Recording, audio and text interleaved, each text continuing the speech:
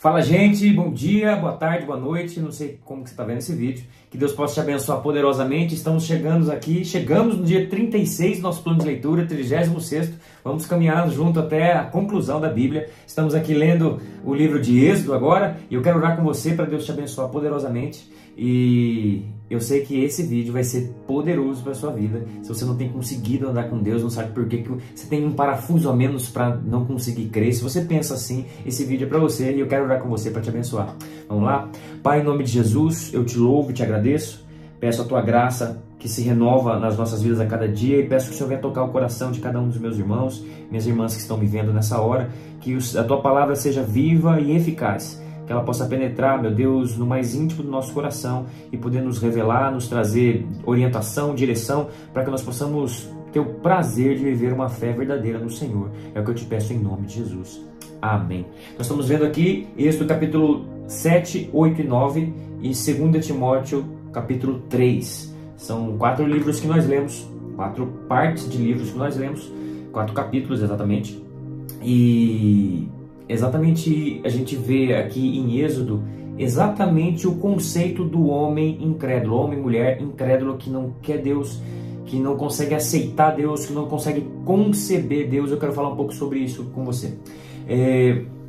Aqui nós temos o povo de Israel preso no Egito e Deus estava no processo de levantar um libertador, já havia levantado um libertador chamado Moisés. Moisés falou que ele não dava conta de falar, falou: não tem problema, seu irmão está aí, Arão, e ele vai falar por você. Eu falo com você, você conta para Arão e Arão fala com o faraó, porque Arão devia ter uma desenvoltura maior, Moisés não tinha uma capacidade de falar muito boa até então.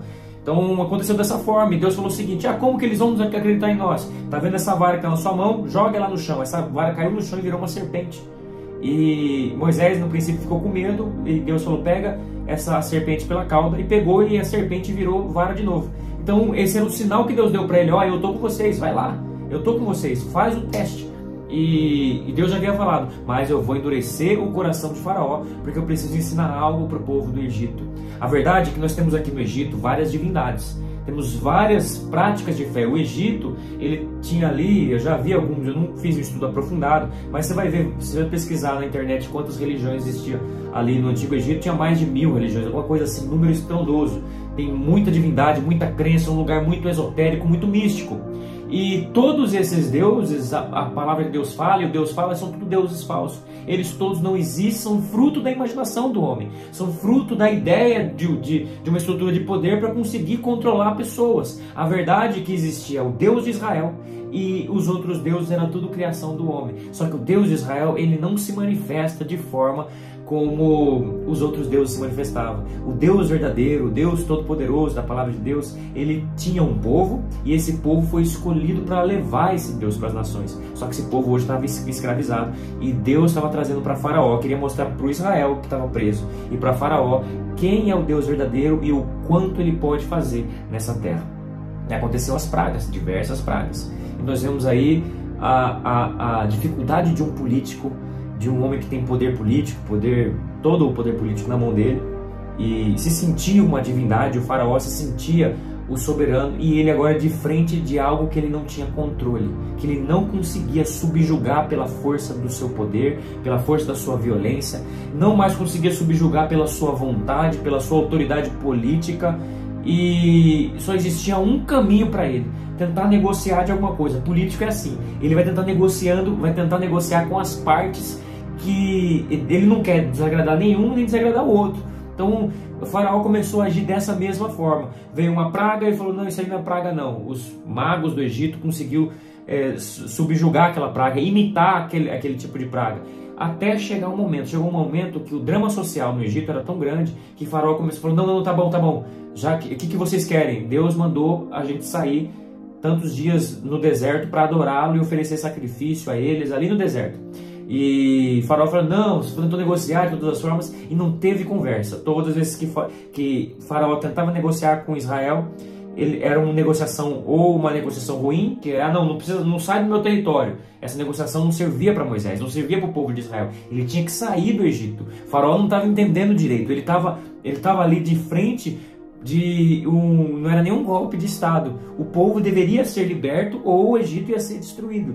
E é o que vai começar a acontecer agora. O faraó, ele dá uma crise de libertar, na hora que ele percebe que vai perder os escravos, ele vai lá e trazia de volta. Ele libertava o povo de Israel por causa de uma praga, e de repente ele se arrependia e trazia de volta. E nesse vai e vem as pragas vão só piorando. Nós lemos aqui até a praga do granizo, né?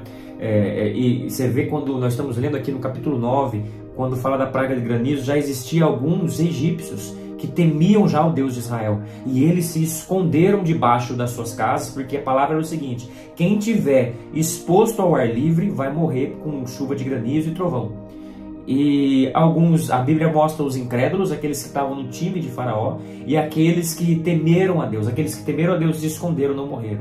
Mas todos os outros, sejam animais, sejam pessoas, morreram por causa daquela catástrofe que estava acontecendo ali. Deus estava vindo com juízo para aquela figura, Faraó representando toda a arrogância humana.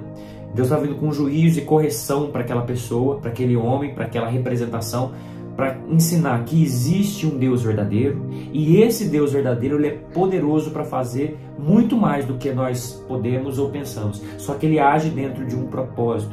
O povo de Israel, ele estava preso, ele ficou preso por muitos anos no Egito. A pergunta é, por que tanto tempo de escravidão? Deus tinha um propósito para aquilo, existia a pessoa certa para nascer, não era qualquer pessoa que era Moisés. Você entende? As coisas não podem acontecer segundo o meu querer. E isso é arrogância humana. O que é Faraó? Faraó é a representação daquele homem que não aceita perder poder, não aceita perder a sua majestade. Para Faraó aceitar libertar aquele povo e falar, cara, existe alguém maior do que eu. Talvez pensando, cara, o que meus inimigos vão pensar? O que meus adversários políticos vão pensar? O que o meu povo vai pensar? Como assim eu vou ser derrotado por um bando de escravos que está no meu reino? E é exatamente isso que Deus fez. O povo do Egito, eles estavam sendo subjugados não por um povo que era escravo, mas por um Deus todo-poderoso que protegia o seu povo. Deus, ele se referia a Faraó. Existia três personagens aqui. Existia o Deus todo-poderoso, existia Faraó e existia o povo de Deus. Aquele povo que é cheio de problema também, mas Deus falou, esse é o meu povo, liberte-os. E é assim que Deus fez conosco quando nos enviou Jesus.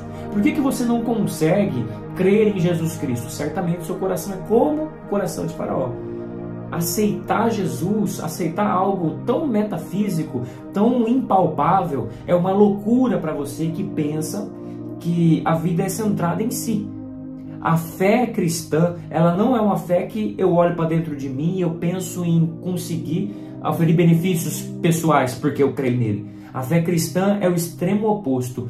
Eu tenho uma necessidade de algo que eu não sei o que é. Meu coração, ele busca uma libertação que eu não sei o que é, e isso só é reconhecido em Jesus. Jesus, ele mostra que nós precisamos de arrependimento, e só tem uma pessoa que pode te perdoar o perdão que você precisa, que tira o peso de você, da sua alma. É o nosso Deus Todo-Poderoso, e só existe um caminho, que é Jesus. Não existe dois. Tem pessoas que querem vir com Jesus e um pouco dos seus negócios, com Jesus e um pouco da sua família. Não existe. Andar com Jesus é somente Ele, e todo o resto vai ser acrescentado na sua vida, assim disse Ele.